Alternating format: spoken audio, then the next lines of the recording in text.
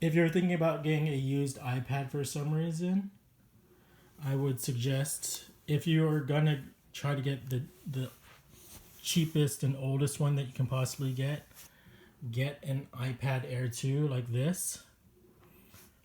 That's just because it has the minimum requirements to do stuff. So iPad Air 2 from like 2015 or something. And in terms of storage, if you can get something with at least 32 gigabytes, preferably more than that, like 64 gigabytes. But like I said, anything from 2015-16 and iPad Air 2 or newer should be okay for 10-inch iPads in 2021. So a 6-year-old iPad should be okay for you. Anything older, like an iPad Air 1, it's going to be really slow.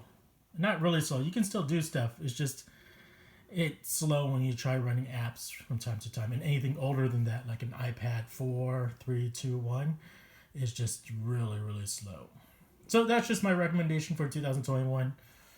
Next year, you'll probably be wanting to get something a little newer. But if you're going to buy a used iPad, at least something that's an iPad Air 2 from 2015-16 and at least 32 gigabytes of storage.